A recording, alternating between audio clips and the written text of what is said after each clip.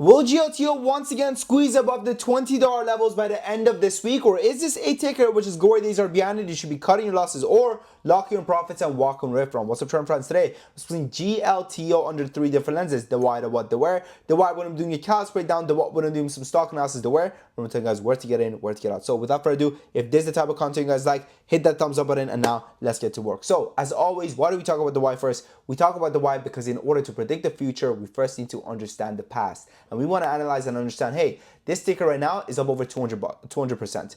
Why is it up over 200%? Is the reason why it's up 200% sustainable? Can I actually hold on to these gains? Or is it just a volume pump, meaning that the catalyst is really not all that, but the float of the stock is so little that anything can really cause it to pop? And that's really what we're getting over here. Now, if the stock is moving just simply based off of a lot of volume, the problem becomes is that volume is fleeting, okay? Volume is one of those things that is here today, gone tomorrow, right? And every single day, the markets find a new ticker to hyper focus on and go ahead and say, oh, that's the best ticker to trade. Let me just trade that ticker. So when it comes to a ticker like our friend GLTO, right? At the end of the day, we want to analyze and understand what is the underlying asset catalyst that is causing it to move. Well, let's go over here and let's read the catalyst. So it says Glto announces acquisition of Demora Therapeutics. Now, this is the problem when it comes to acquisitions, right? And this is one of those things that I think it takes a little bit of an experience for people to understand, is that at the end of the day, when company A acquires company B,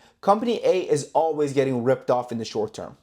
Yes, in the long term, this investment may pay off. Yes, in the long term, this may be a great decision. Correct.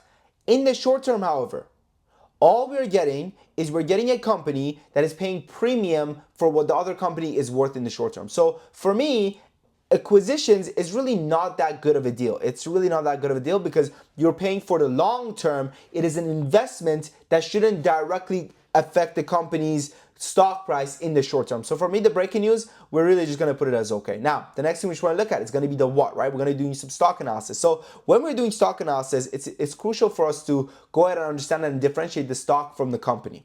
The stock is on the company and the company is on the stock. So what is the stock, right? Stock analysis. So when we're doing stock analysis, we want to go over here and we want to pay attention to the stock, right? And pay attention and understand, okay, well, what is the stock? What makes the stock go up? What makes the stock go down? Supply and demand. That's it. So let's figure out how much supply does this ticker have. Well, the company right now has a free float of only 1.32 million shares, putting its market cap at $21 million. Extremely volatile. Extremely volatile. So we're going to put its volatility as amazing. Now, the next thing we want to look at is going to be what are the odds that the company actually goes ahead and adds to the supply. Yes, we have a limited supply, but will the company go ahead and announce any form of dilution, which will later on hurt the company and hurt the stock rather? Hurt the stock, not hurt the company, because dilution is one of those things that actually positively benefits the company, but it negatively affects the stock because the stock is supply and demand, but the company is money in, money out. So if the company can raise funds to go ahead and apply to research and development, sales and marketing, or whatever it may be, that's good for the company. But where are they getting this money from? By adding to the supply to the stock. Therefore, that's bad. So what is the telltale sign that a company is going to go ahead and add shares? Is going to be, are their hands financially tied up? Well, when it comes to GLTO, the company right now has $6.5 million in the cash and cash equivalents. These numbers are based off of their most recent SEC filing. So $6.5 million cash and cash equivalents. They're burning $2.43 million every quarter, leaving them with 8 months of cash. They only have 8 months of cash. Not good. Not good at all. Okay? Not good at all. So we're going to go over here. We're going to put their cash as bad, okay? They have less than, freaking 3/4 of cash left on hand. Not good. Now, what is another telltale sign that a company is going to go ahead and dilute is if historically they have diluted. Well, historically, this company hasn't diluted much. Their overhead supply is also right now low. So the odds of them diluting, we're actually going to just put it at okay because it's kind of a toss-up right now, right? We can't really tell whether or not they are going to dilute or not. Now, institutional ownership. What does the institutional ownership look like? What's big money doing? Okay, almost a 10% institutional ownership. That's pretty solid. We're going to put that as okay as well. What are the shorts doing, Sam? What are the shorts doing when it comes to this ticker? Now, the shorts have probably added today, but the numbers are not yet updated, so it doesn't make sense for us to go ahead and do so. So let's just skip to the charts. When it comes to the charts, guys, the levels that I would be a buyer, I'll be honest with you guys, would probably be closer to the $10 levels, believe it or not. And I understand that's a far-fetched thing to say, $10 levels, but that's where I'll be a buyer. I'll play the bounce at $10 all the way upwards of $11 to $12. And I do see it going ahead and testing this $20 level potentially, but I don't see it getting above $20 because once again, right, for me, the catalyst is really not that strong.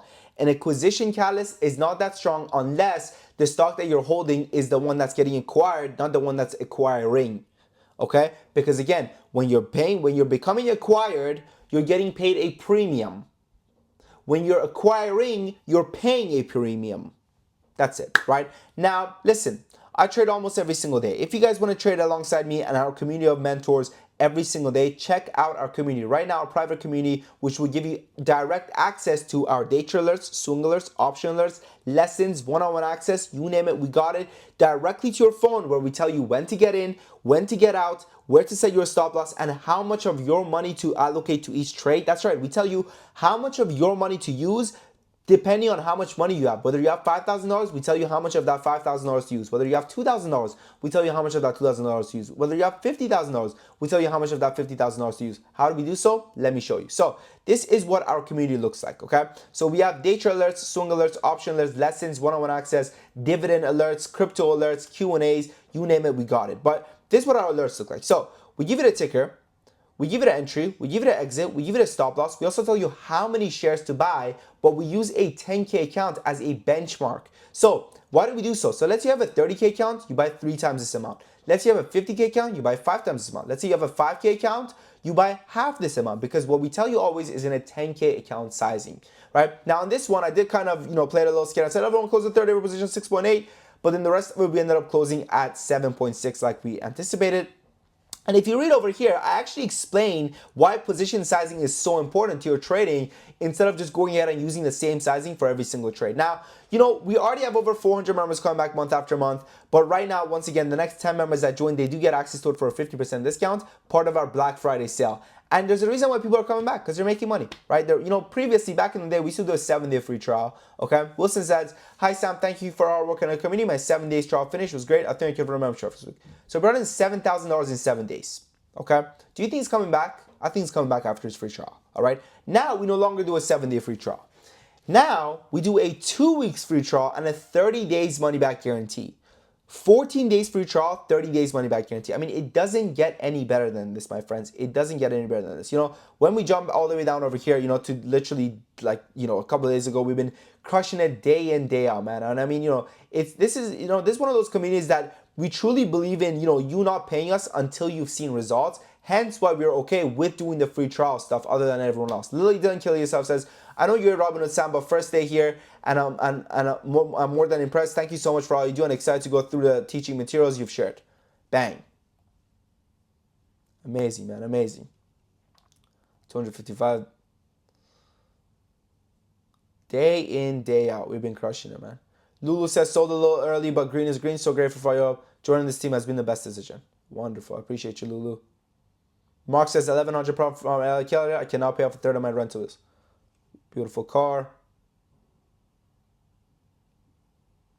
Thank you, Sam. Thank you, Bullpick, for helping me recover my previous book. $66,000. Started at 4K this month plus $300 for today. Just started. Maybe pause and read some of these, man. I mean, again, right? God bless, man. I'm so proud of what we built. This is the last one I'm going to read to you guys, but this is one of my favorites. Granite Slayer says, "A couple years ago, I was down in the trenches, absolutely beyond fucked. Made every single mistake and name and wouldn't learn from it. Lost way more than I could afford and was so close to giving up. Decided to give it one last chance to find mentors. Now I'm almost back to the green with the help of Sam and everyone else. Words can't describe it, but Sam, you helped me way more than you could know. Thank you so much for all the other shot callers. The Robinhood account was my own doing. Really don't know what the fuck I was doing. The Momo account I started when joining the server. Truly a lifesaver." So this is him with us. Or this is him without us, by himself. As you can see, he says the Robinhood account is my own doing. And this is the Moomoo account, him with us. God bless, man. God bless. Listen, give it a shot, okay? What do you have to lose? Literally nothing. 2 weeks free trial, 30 days money back guarantee. I look forward to meeting you guys in Top Chart Academy. Next 10 members, 50% discount. Happy Black Friday, my friends. Thank you for watching. Happy business trading. Remember, don't give up, don't quit. Why? Because 90% of traders are not unprofitable. 90% of traders just quit before they become profitable. I believe in you. Believe in yourself. Your boy Sam.